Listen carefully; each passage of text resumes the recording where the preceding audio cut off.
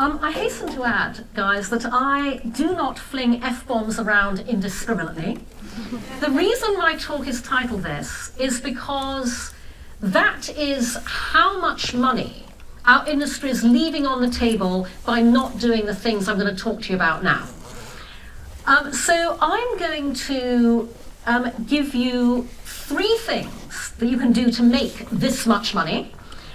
They are 3 things that you can start doing the moment you leave this hall today. They are 3 things that are incredibly easy to do. And the first one is, money-making tip number 1, redesign the future of technology. Now, I suspect you're sitting there thinking, what on earth is she going on about? What's that got to do with us? That's this gigantic thing. How can we possibly do that? How can that possibly be easy to do? So let me explain what I mean when I tell you that that is key to making an absolute goddamn fucking shit ton of money. 4 years ago, Facebook bought WhatsApp for the astonishing sum of $19 billion. A deal, by the way, that's just come back into the spotlight because the co-founder of WhatsApp, Brian Acton, gave an interview where he talked about the experience that they had within Facebook subsequently. But I'm telling you that because when that deal happened 4 years ago, there was one thing that Young Koon, the co-founder of WhatsApp, was very, very keen to emphasize to everybody. You can still count on absolutely no ads interrupting your communication, said Koon after revealing he was selling the company. That is a quote from a piece that Adweek ran at the time, which was titled, WhatsApp and 7 Other Startups That Hated Advertising Like Facebook.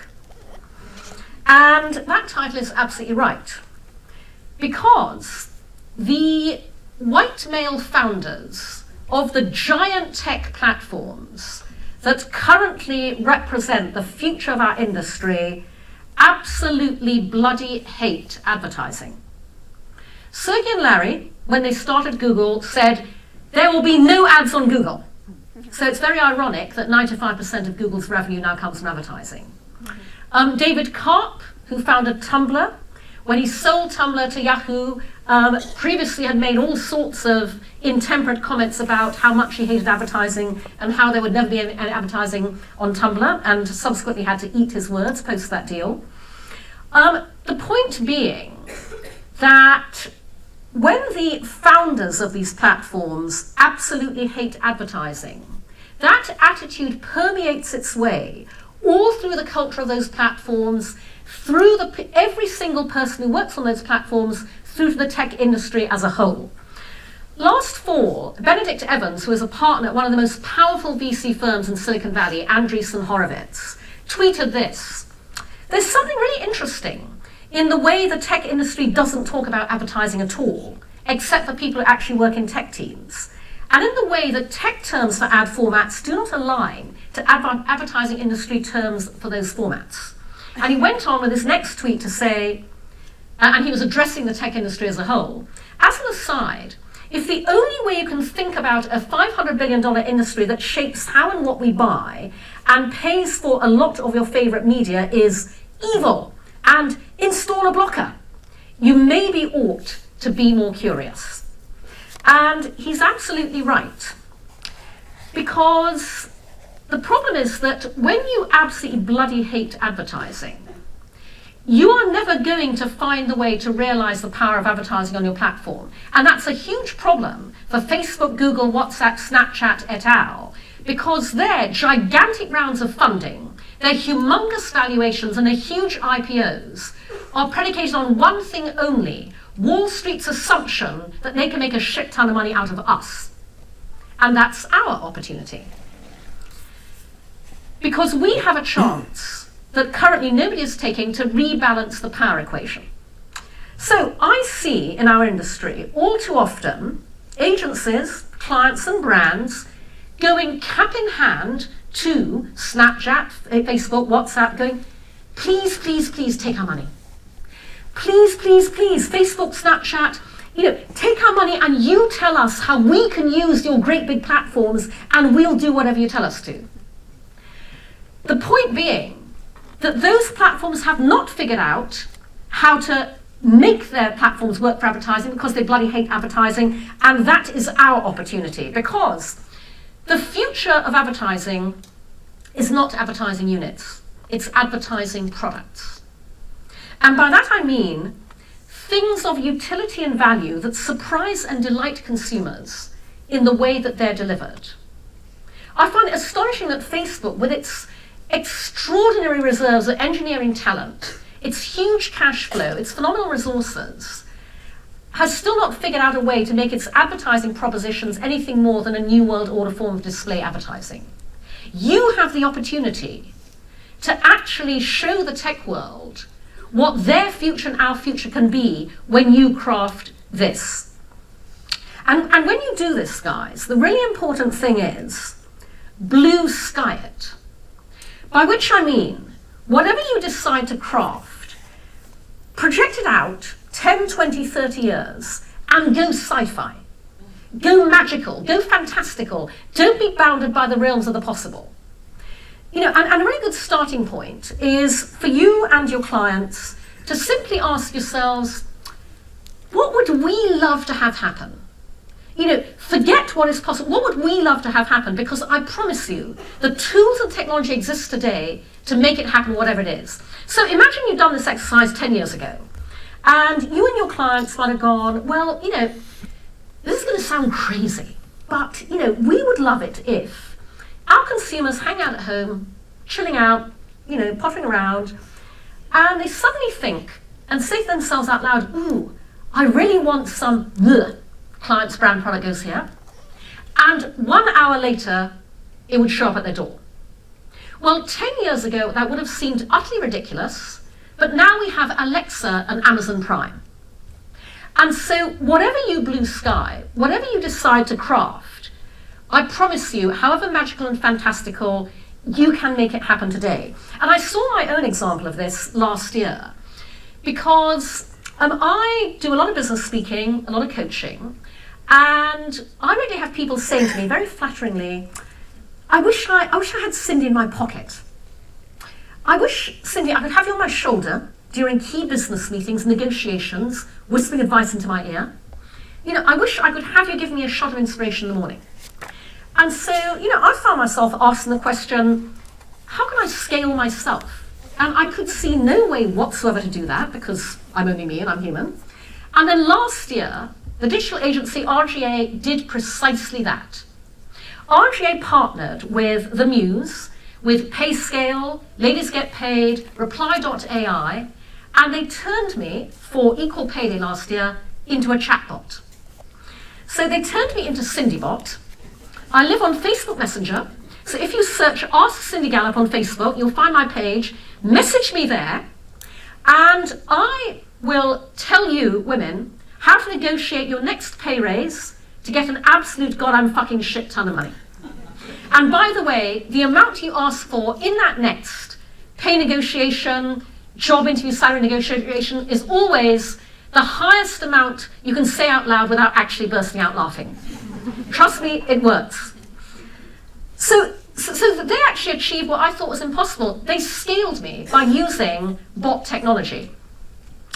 And so, as I say, I strongly recommend that you craft those advertising products that you and your clients would love in a sci-fi world, in a Black Mirror world, to actually exist. Because not only can you make money for your clients and for yourselves doing that, you can make money out of doing that.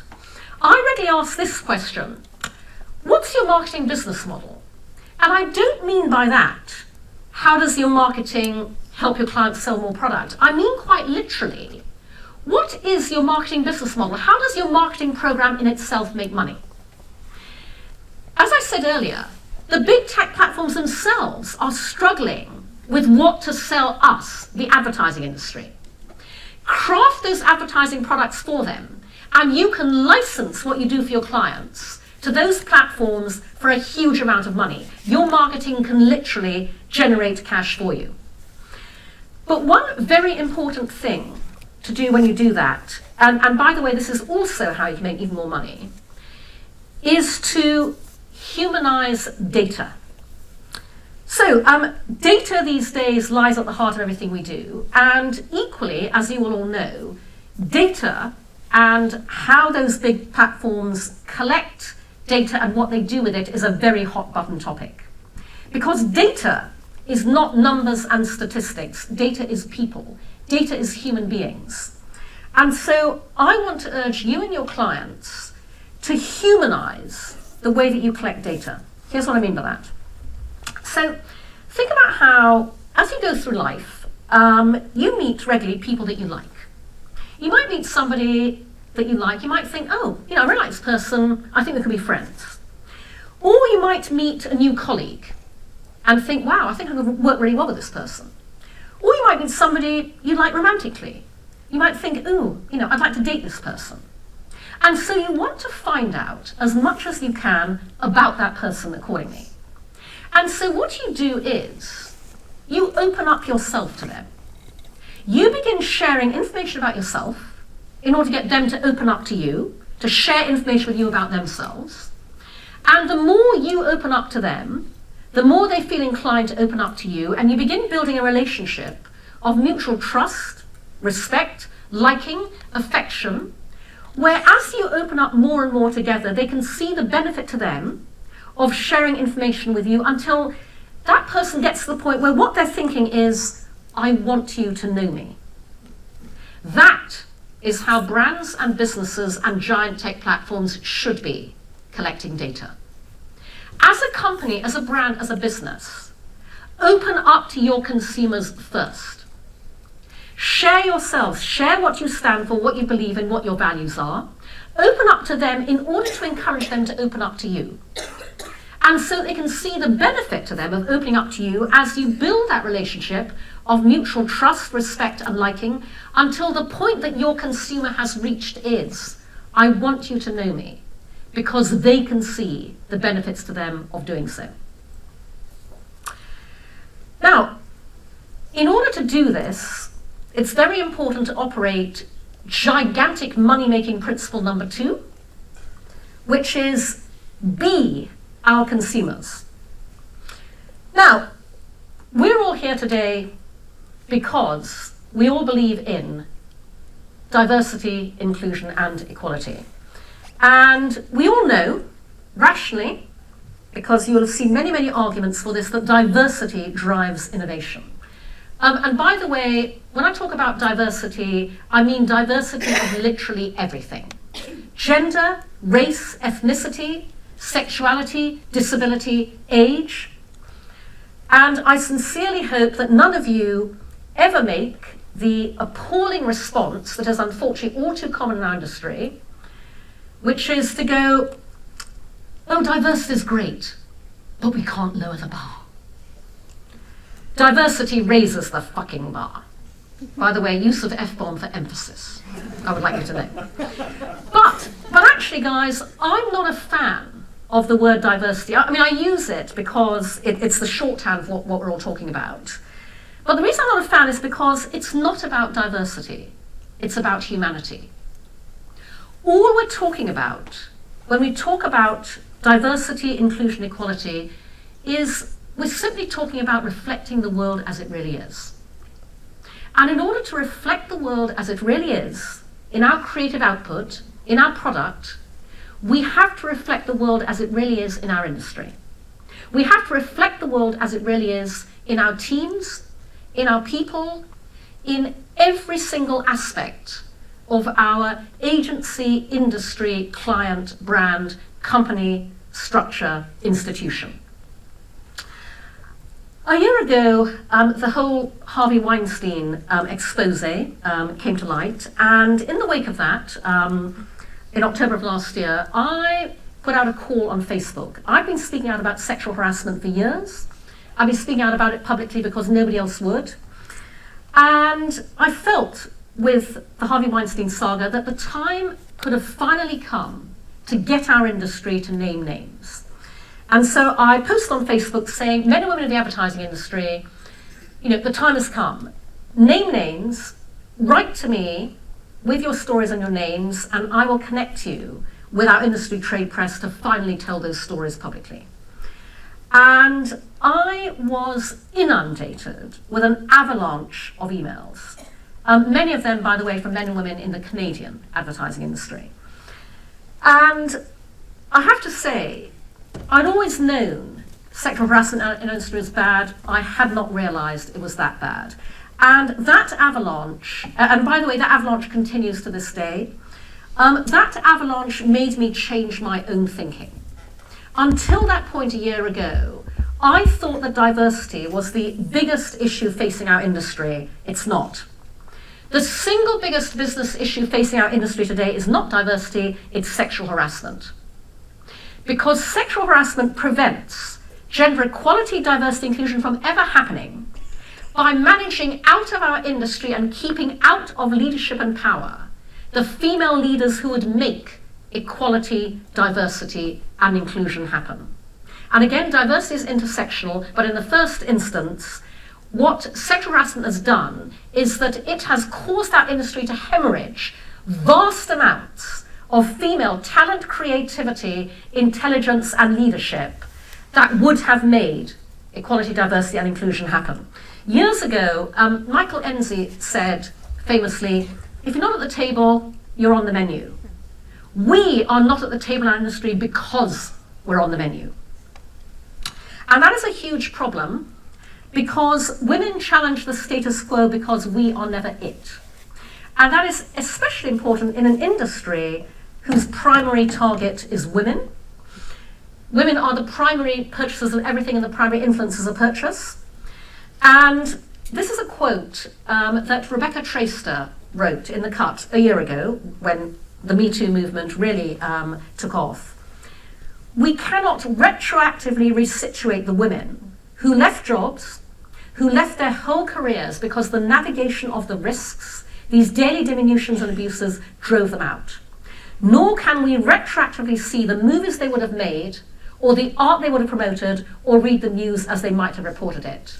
Nor can we see the agencies they would have started, the great work they would have done, the awards they would have won, the holding companies they would have founded and run, the many, many ways in which they would have completely transformed our industry, and the far greater amount of success and revenue our industry would be making as a result of that. So, in order to realize the full financial potential of everything I'm talking to you about today, you need to do two things. The first is make every level and work environment at your agency gender equal, more female than male as quickly as possible. And the reason for that is because in a work environment that is either 50-50 male, female, or ideally more female than male because it's been the other way around for way too long, sexual harassment magically ceases to exist. You don't even have to do anything practically about it. Sexual harassment ceases to exist in any environment where there is no longer the male-dominated implicit bro endorsement, it's okay to behave like that. And sexual harassment magically ceases to exist in any environment where men engage with women every single day as professional equals, so that men no longer see women in one of only two roles, girlfriend or secretary. So number one, make every level gender equal. And by the way, again, it's very easy to do that, bulk buy. Hire groups, not individuals. Don't hire one token woman at a time. Every open position you have across your agency, bring them together, hire women. And then number two, promote and establish within your agency and company culture an aspirational cultural gold standard of what constitutes good sexual values and good sexual behavior. You talk about your agency culture all the time. You tell your employees what your expectations are of them within an agency culture. Do exactly the same thing about what your expectations are, that every single employee operates good sexual values and good sexual behavior as a fundamental part of your agency culture. Because there is a huge amount of money to be made out of taking women seriously. As I said earlier, we are the primary influencers of purchase and the primary purchasers of everything. You know, I mean, just to give you one example, and apologize that this is a US statistic because that's where I'm based, but I'm willing to bet that the Canadian market operates very similarly. In the US, for many years now, literally for the last 10 years, more women hold driver's licenses than men. There are more women driving cars in the US than men. In the all-important millennial new car buying market, important because that is where car mark preferences are set at an early age, 53% of all millennial new car buyers are women, the majority. Yet, who is the automotive industry targeting their dealership, their product design, their ads, and their CRM at? So, huge amount of money made out of taking women seriously as purchasers, but also there's a huge opportunity because, point number 2, women share. Social media is simply a whole new methodology for us to do what we've been doing since the dawn of time, which is sharing the shit out of everything in a way that men don't. Because we're the gossipers, we're the chatterers, we're the talkers, the advocates, the ambassadors, the sharers. So much so that I actually say to brands that think they're targeting men, talk to women. Because women will influence men more than men will influence other men. So, huge amount of money made out of taking women seriously, and please, for God's sakes, communication through demonstration. Very strong personal philosophy of mine, don't talk about diversity, be diverse. I don't want to see you talk diversity. I don't want to see you create beautiful, compelling, wonderful, inspirational campaigns about diversity. I don't want to see you do stunts about diversity. I just want to see you fucking be diverse. F-bomb emphasis, again. So, stop looking for creativity in all the wrong places. And I could give you a very long list of what the right places are, but I'm going to pull out just 3 examples.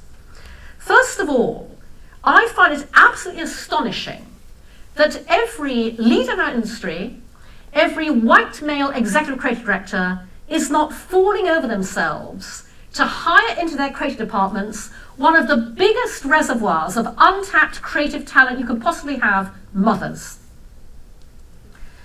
Mothers, by virtue of their role, spend every single day creatively persuading tiny humans to do things they have absolutely no intention of doing.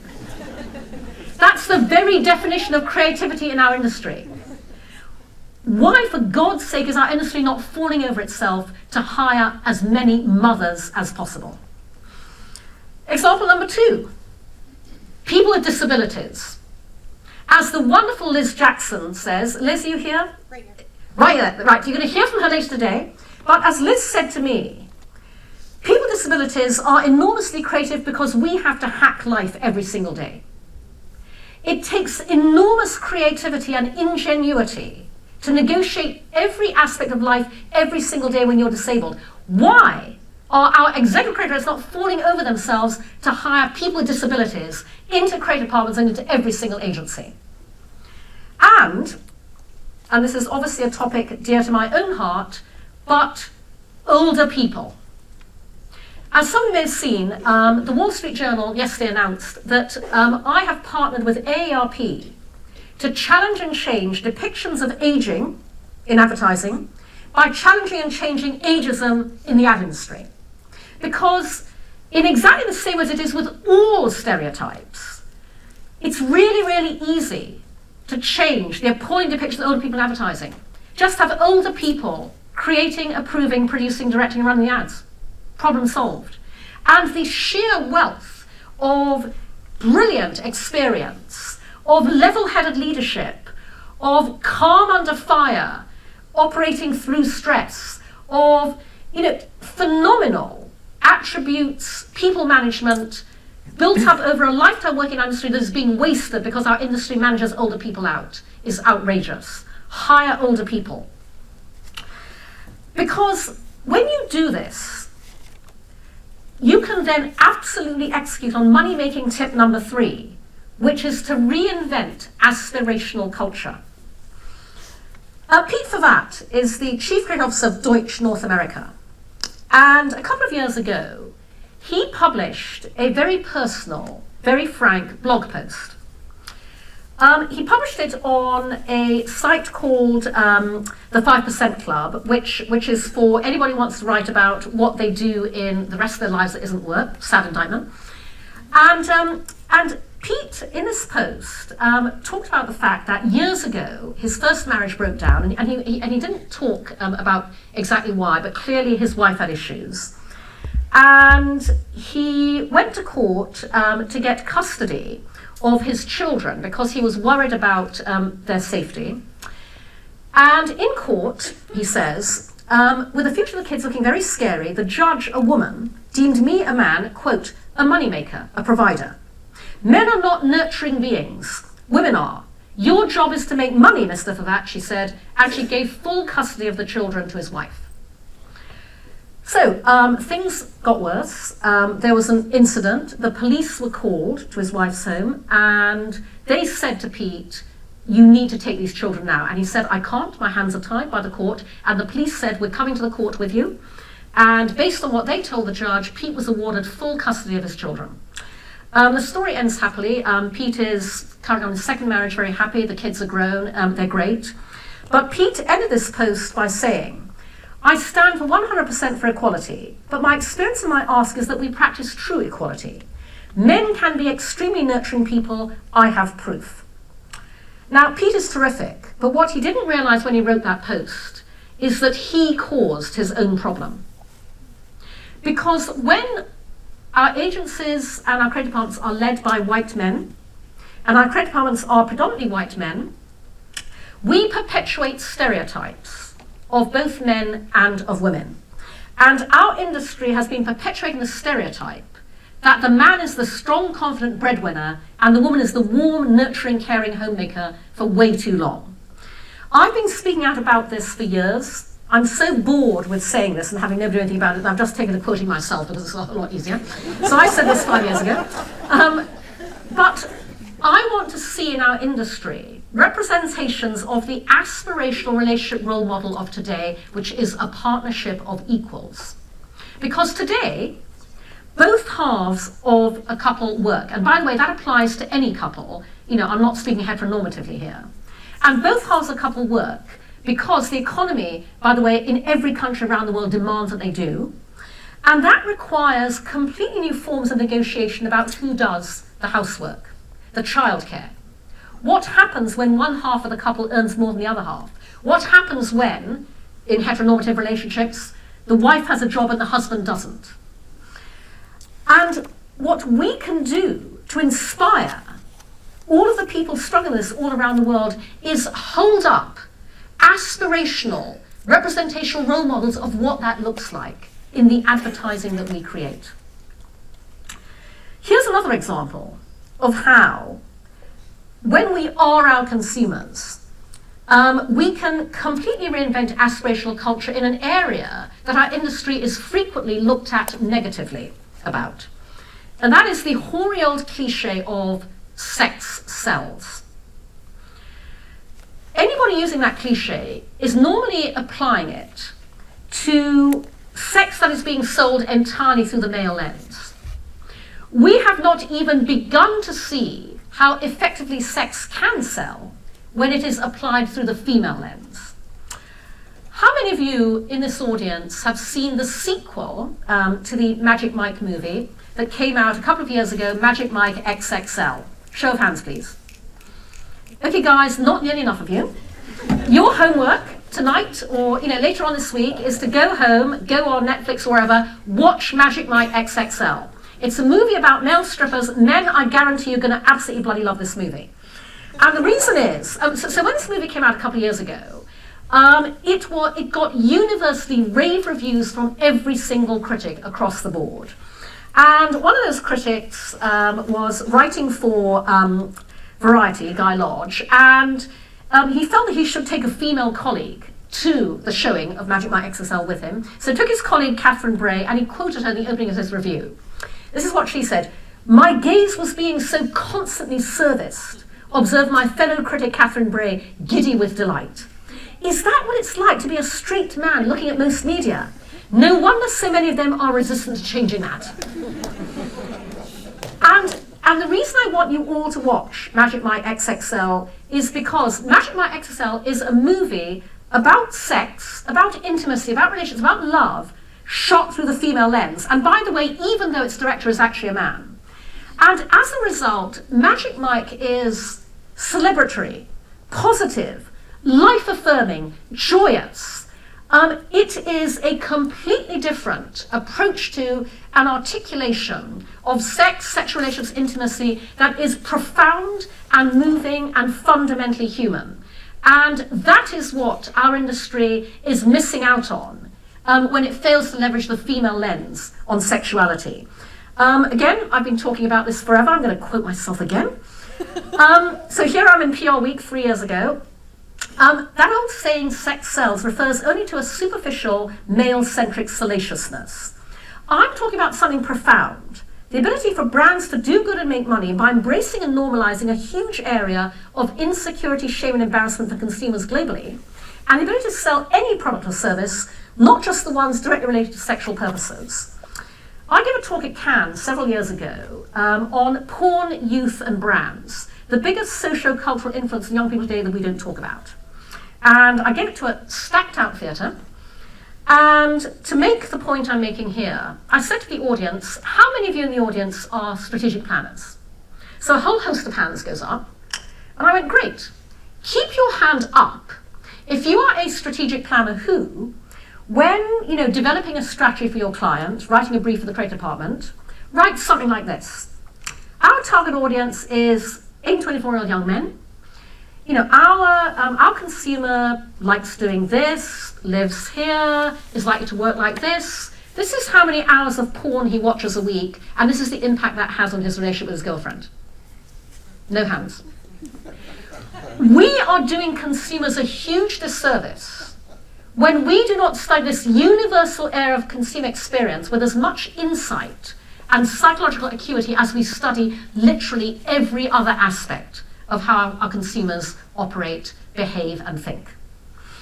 Equally, so I gave another talk at Cannes a couple of years ago, and this time I was brought to Cannes by Flamingo Research. They're a London-based research company, because Flamingo really get this, and so they asked me to speak on a panel called Sex, the Final Marketing Frontier. And the point I made to the audience there was, people have sex in cars, especially in markets where premarital sex is frowned upon before marriage, where for various cultural and social reasons, young people live at home with their parents till they get married, which, by the way, today is the US, Canada, and the UK, given the economy.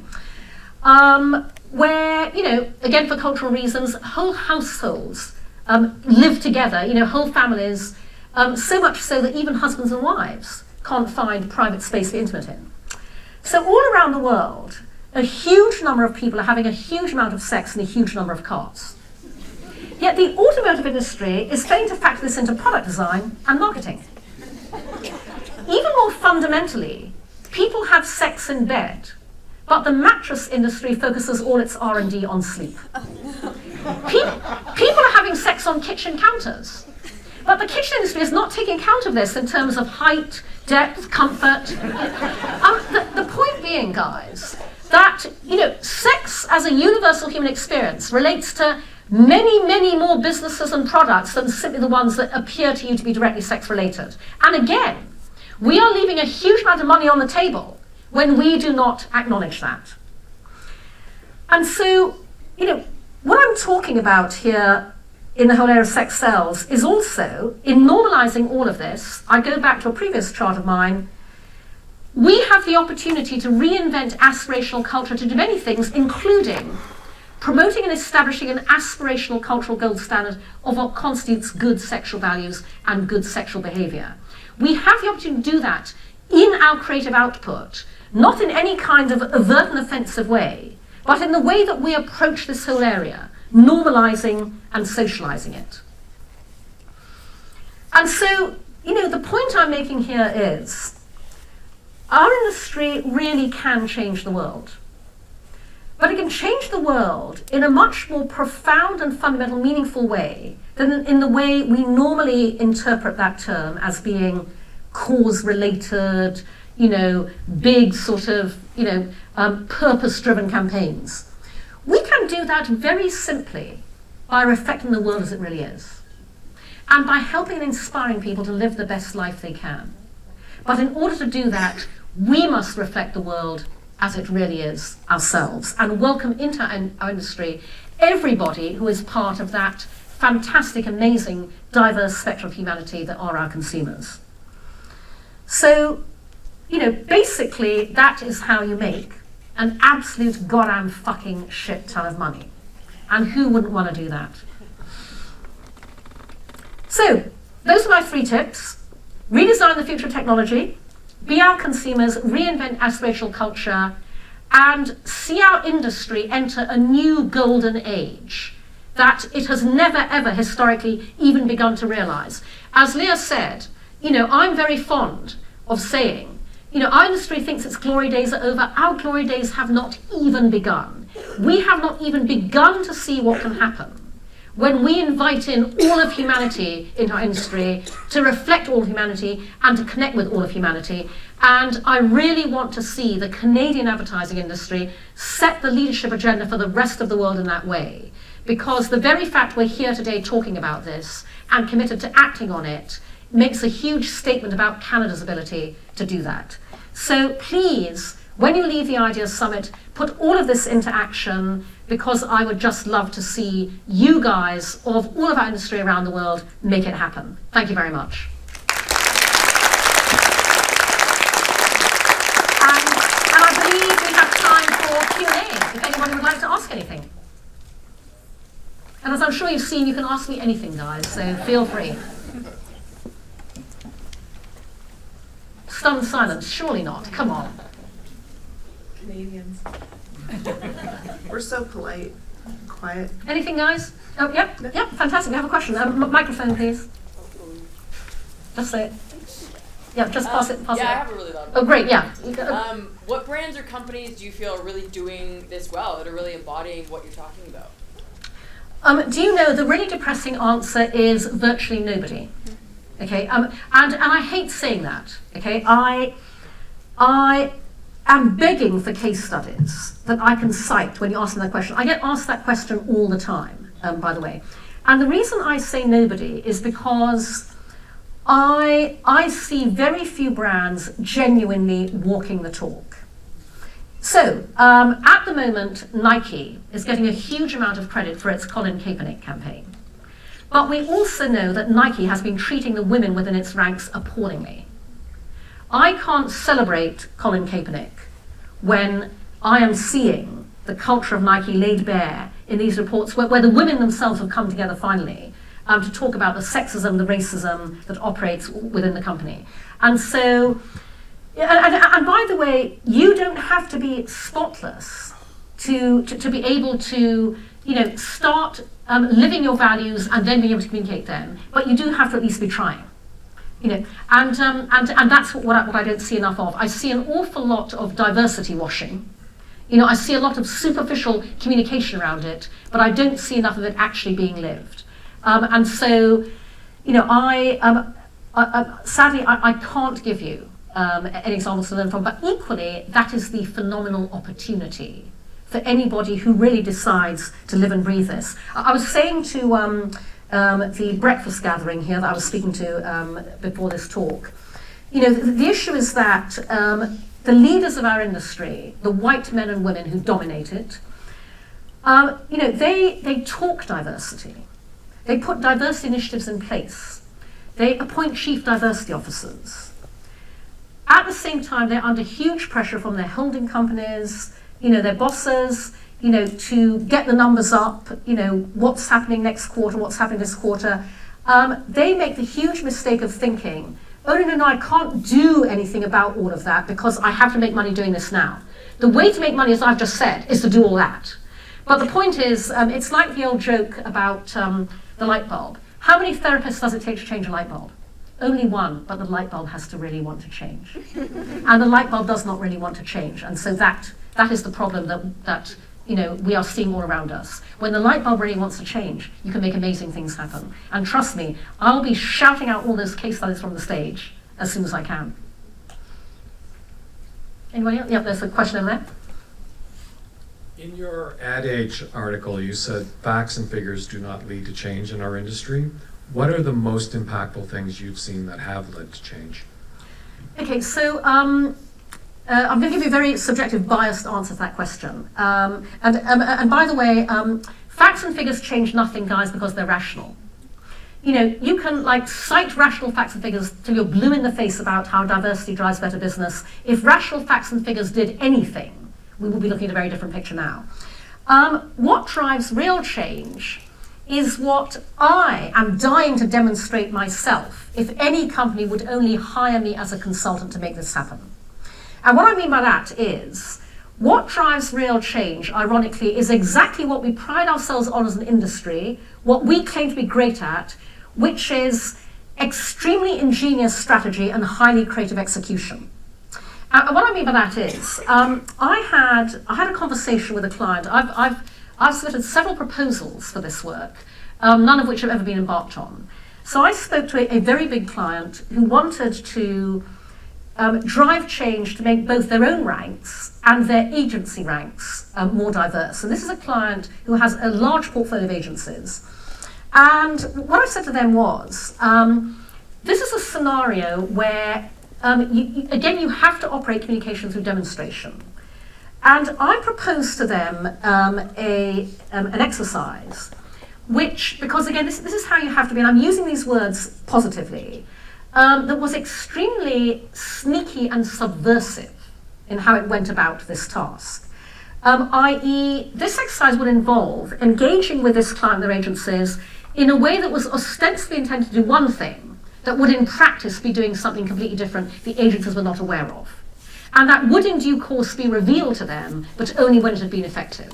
And I'm sorry, I can't, all this is confidential, so I can't give you any more detail than that. But literally, think about the way that we get consumers to change their attitudes and behavior. I'll give you an example I think this was about a year or so ago, and this is a Crispin Porter, as I recall, case study, when Kraft decided they needed to change the formula, the recipe for their famed mac and cheese. Okay, Kraft mac and cheese, like iconic product, being the absolute bedrock of, particularly family households, people with kids, for like decades. So how the hell, they need to change the formula because they need to make it healthier. Less sodium, less calorific, et cetera, as every food manufacturer has to today. But, how do you mess with an iconic product? So this is exactly what I mean by communication through demonstration. They conducted what they called in retrospect, the biggest taste test in the world. They simply issued their new formulation Kraft mac and cheese. They put it out there, they told nobody. And 3 months later, they told everybody. They went, you have been eating new formula Kraft mac and cheese for the past 3 months, and no one's had any issue with it. That's how brilliant the formula is. That was not an advertising solution. That was not about ads. That was a product demonstration, communication through demonstration solution. And that's what I mean when I say the only way you change this is through demonstration and through being extremely ingeniously strategic and very, very creative about how you execute. Does that make sense? Any more questions? Might have time for one more. There are two there, actually. Can we just... If you ask a question quickly, I'll answer quickly. Thank you. You referenced the examples of certain automotive companies or kitchen cabinet companies, etc. What advice would you have to navigate those conversations where they might say, oh, that doesn't align with our priorities, or that might, if we were to go in that direction, it would take us away from an integral part of the DNA of our company? Sure. So first of all, I'm going to respond to that. Years ago, I was working on a very well-known brand, and I won't name names, and their consumer base was older. And we proposed a very radical new campaign, and the client said, we're really worried that this might alienate our existing consumer base. And I went, oh my God, if only we had that power. I'm sorry, your existing consumer base bloody loves you. This campaign is not going to change that. They're going to carry on using you. And so very similarly, A, I make that response, and B, ask to test it. Find the consumer segment that you believe this will play really well with, find the test market, whether that be geographical or attitudinal or community hub specific, and test it. The one thing that every client should take on board by now is that to innovate, you have to experiment. And if you can experiment in a contained, cost-controlled, cost-effective way, I actually recommend this to everybody trying to affect bigger change. Start with a bite-sized chunk of a project, or a smaller part of a bigger project. Test that, get proof of concept, get traction in the market, because then your argument to take that wider is much more likely to be listened to and bought into.